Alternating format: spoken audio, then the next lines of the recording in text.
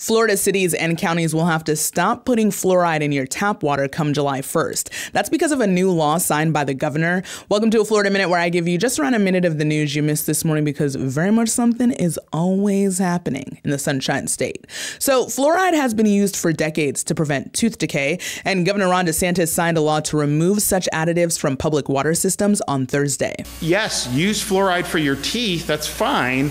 But forcing it into the water supply is basically forced medication on people. They don't have a choice. You're taking that away from them. The ban follows Florida Surgeon General Joseph Ladapo's call last year for communities to stop adding fluoride to water supplies. He argues ingesting fluoride can cause health problems, but dental groups are adamant that low levels of the mineral are safe and good for your teeth. Democrats in the Florida legislature also came out hard against the change. Florida is the second state to ban fluoride in water. Utah did so earlier this year.